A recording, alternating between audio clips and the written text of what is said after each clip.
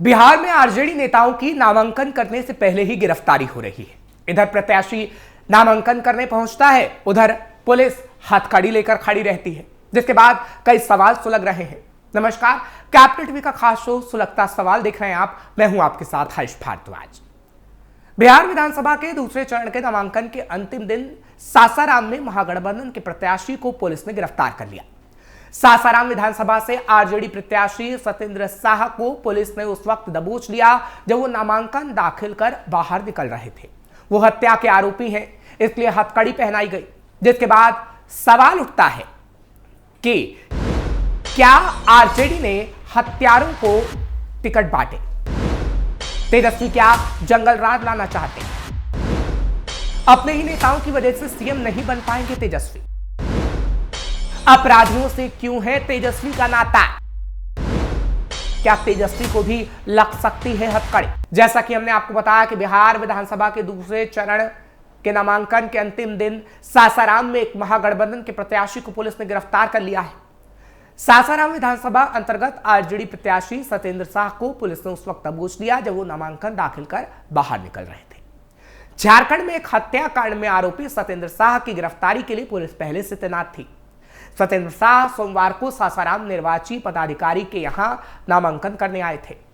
हत्या के एक मामले में नॉमिनेशन के बाद बाहर निकलते ही पुलिस ने उन्हें गिरफ्तार कर लिया। अनुमंडल पुलिस पदाधिकारी दिलीप कुमार ने बताया कि झारखंड के गढ़वा कांड संख्या 320-4 में आरोपित थे। बताया गया है कि सतेंद्र शाह के ऊपर आईपीसी की धारा 395, 397 और 120 बी के तहत मामला दर्ज है।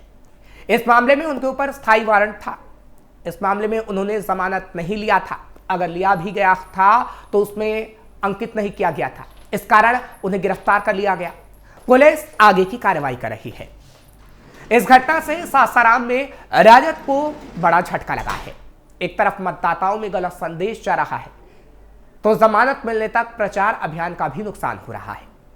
इस कार्रवाई से विरोधी दलों को राजद और महागठबंधन पर हमला करने का एक मौका मिल गया है कि आरजेडी हमेशा से अपराधियों का साथ देती है और उन्हें टिकट देने का काम करती है।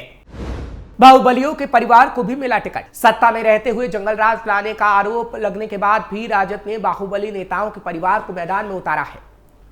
और इसलिए अब आपको बताते हैं कि ऐसे कौन कौन से नाम हैं जो बाहुबली खानदान से हैं और अपराधी हैं, जिसको लेकर इस वक्त आरजेडी पर सवाल उठ रहे हैं। इसमें गैंगस्टर से नेता बने बोगो सिंह खुद मैदान में है। वहीं ओसामा साहब को अपने दिवंगत पिता मोहम्मद शहाबुद्दीन की विरासत को आगे बढ़ाने का मौका रघुनाथपुर से मिला है, जो सिवान लोकसभा सीट के अंतर्गत आता है। ओसामा साहब राजद के दिग्गज नेता और सिवान के दिवंगत गैंगस्टर मोहम्मद शहाबुद्दीन और हिना शहाब का बेटा है। पिछले साल ही ओसामा ने राजद का हाथ थामा था। ओसामा के पिता शहाबुद्दीन भी राजद नेता थे। अब उनकी अगली पीढ़ी भी राजद की हो गई है। पिछले साल राजद सुप्रीमो लालू यादव ने हिना शहाब और ओसामा शहाब को राजद की सदस्यता दिलाई थी। वहीं अब राजद ने ओसामा को रघुनाथपुर से उम्मीदवार घोषित किया है। बता दें कि पिता की मौत के 3 साल के बाद ओसामा ने राजनीति में एंट्री ली थी। हालांकि उस पर भी कई केस दर्ज हैं। ओसामा पर दर्ज हैं आपराधिक मामले। ओसामा शहाब का नाम कुछ आपराधिक मामलों में सामने आ चुका है। साल 2023 में राजस्थान के कोटा से उन्हें एक मामले में गिरफ्तार किया गया था। सिवान कोर्ट ने उन्हें न्यायिक हिरासत में भेजा था, जिसके बाद उन्हें जमानत मिल गई। इसी साल मोतिहारी में संपत्ति विवाद को लेकर उन पर गोलीबारी, हत्या के प्रयास और आर्म्स एक्ट के तहत मामला दर्ज हुआ था, जिसमें उन्हें बाद में बेल मिल गई। शहाबुद्दीन के निधन के बाद से उनकी पत्नी हिना शहाब ने सियासी जिम्मेदारी संभाली। उन्होंने 2024 लोकसभा चुनाव में सिवान से निर्दलीय उम्मीदवार के रूप में चुनाव लड़ा, लेकिन हार गए। इसके बाद अक्टूबर 2024 में हिना शहाब और ओसामा ने आरजेडी की सदस्यता ली। इस दौरान लालू प्रसाद यादव और तेजस्वी यादव दोनों ही मौजूद थे।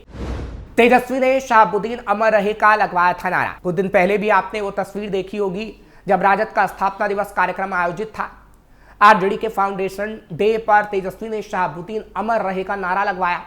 खुद तो लगा ही, तमाम नेताओं कार्यकर्ताओं से शहाबुद्दीन अमर रहे का नारा लगवाया गया था। तेजस्वी ने शहाबुद्दीन अमर रहे के नारे लगाकर अपनी साफ सुथरी राजनीति को एक बार फिर शक के दायरे में डाल दिया था।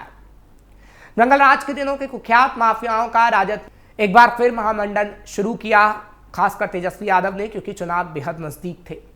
तेजस्वी यादव के राजनीतिक उदय के साथ ही राजद शहाबुद्दीन परिवार से दूरी बनाने की रणनीति अपना रहा था। इसका एकमात्र उद्देश्य था कि आरजेडी की छवि को जंगलराज से मुक्त करना। आरजेडी ने शहाबुद्दीन परिवार को पार्टी के आधिकारिक कार्यक्रमों से भी पहले दूर रखा था। कोरोना काल में शहाबुद्दीन के जेल में ही मृत्यु के बाद भी तेजस्वी यादव खुलकर सामने नहीं आए थे। 2022 के गोपालगंज विधानसभा चुनाव में आरजेडी ने शहाबुद्दीन परिवार का समर्थन नहीं लिया। 2024 के लोकसभा चुनाव में भी राजद ने शहाबुद्दीन की पत्नी को सिवान से टिकट नहीं दिया। अब विधानसभा चुनाव है, अल्पसंख्यकों का वोट खिसक ना जाए, इसके लिए तेजस्वी यादव काफी चिंता में नजर आए। लिहाजा मंच से जहां शहाबुद्दीन अमर रहे का नारा लगवाया, अब उन्हीं के बेटे को टिकट दे दिया गया। पहले तेजस्वी कहते थे कि आपराधिक छवि वालों को हम टिकट नहीं देंगे, लेकिन अब अपराधियों को ही टिकट दिया जा रहा है।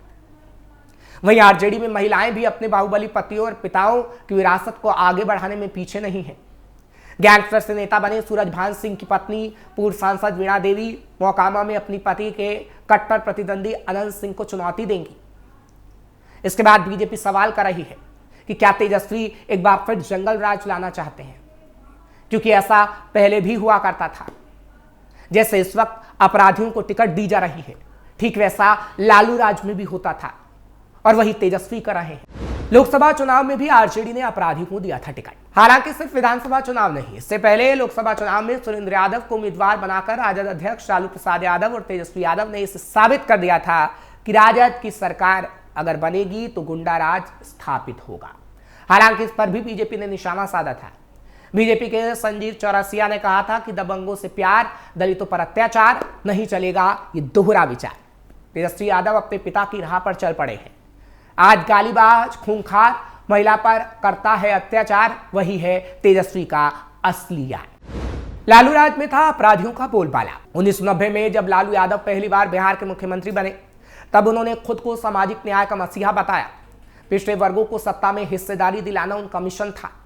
लेकिन जल्द ही उनके शासन का भ्रष्टाचार, जातिवाद और बिगड़ती कानून व्यवस्था के आरोप उन पर लगने लगे।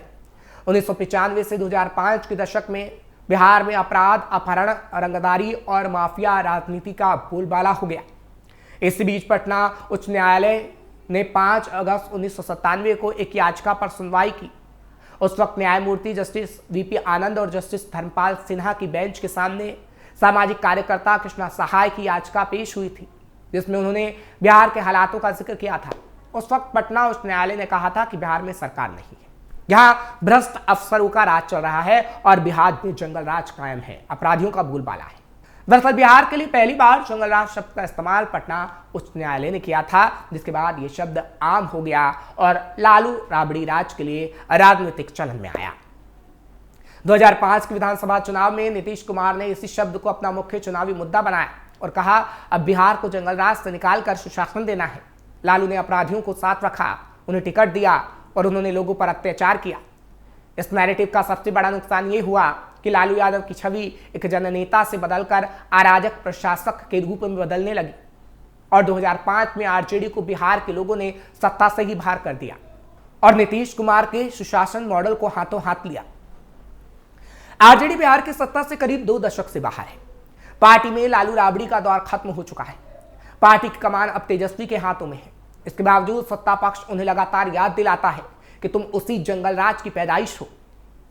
वही जनता की याददाश्त में जंगल राज एक डरावनी छवि बन गई है, अपराधियों के खुलेआम खूबने की, सरकारी ढांचे के ध्वस्त हो जाने की और आम लोगों के असुरक्षित महसूस करने की। ऐसे में आज भी जब बिहार में चुनाव है तो यह शब्द वापसी कर चुका है और लालू यादव की विरासत को कटघरे में खड़ा किया जा रहा है। जंगल राज ने लालू यादव की छवि पर ऐसा दाग लगाया जब उनके बेटे की राजनीतिक छवि को भी नहीं छोड़ रहा है, यानी उनके बेटे की राजनीति तक पीछा नहीं छोड़ता। और छोड़े भी क्यों? क्योंकि तेजस्वी ने अपने पिता से वही सीखा है और इसलिए ही अपराधियों को टिकट देने का काम तेजस्वी कर रहे हैं और यह बात बीजेपी भी कह रही है। बीजेपी के राष्ट्रीय प्रवक्ता शहनवाज हुसैन ने आरोप लगाया कि आरजेडी ने अपने 143 उम्मीदवारों में से ज्यादातर ऐसे लोगों को टिकट दिया है जिनका आपराधिक रिकॉर्ड है। उन्होंने कहा कि इसमें से कुछ जमानत पर बाहर है, कुछ जेल जा चुके हैं और कुछ पर सजा का खतरा मंडरा रहा है। फिलहाल ये बात सच भी है। पहले आपको याद होगा कि जब तेजस्वी यादव यात्रा कर रहे थे और उससे पहले भी जब लोगों के बीच पहुंचे तो तेजस्वी ने खुले तौर पर कहा था कि वो अपराधियों को टिकट नहीं देंगे, लेकिन अपराधियों को टिकट ना देने की बात पूरी तरीके से धाराशायी कर दी गई और उसके बाद अब अपराधियों को टिकट दिया जा रहा है। यानी तेजस्वी यादव ने भी अपने पिता से वही सीखा जो हर एक बेटा अपने पिता से सीखता है। शायद अगर तेजस्वी अच्छी आदतें सीखते तो आपराधिक छवि वाले लोगों को मैदान में नहीं उतारते, लेकिन तेजस्वी ने अपने पिता से भ्रष्टाचार करना सीखा है, जंगल राज कायम करना सीखा है और वही वो दोहरा रहे हैं। फिलहाल जंगल राज और भ्रष्टाचार को नकारने का काम आम जनता पहले भी कर चुकी है और इसलिए लालू प्रसाद यादव की सत्ता को बेदखल आम जनता कर चुकी है। और अगर तेजस्वी उस उम्मीद से रहेंगे कि लालू प्रसाद यादव की तरह ही वो भ्रष्टाचार करेंगे और जंगल राज कायम करके वो सत्ता में काबिज हो सकते हैं, तो शायद ये उनकी भूल है, क्योंकि जनता सब जानती है और जनता सोच समझकर ही फैसला लेती है। फिलहाल आपको ये खबर कैसी लगी कमेंट सेक्शन में जरूर बताएं। खबर को लाइक शेयर करें, कैपिटल टीवी को सब्सक्राइब करना मत भूलिएगा।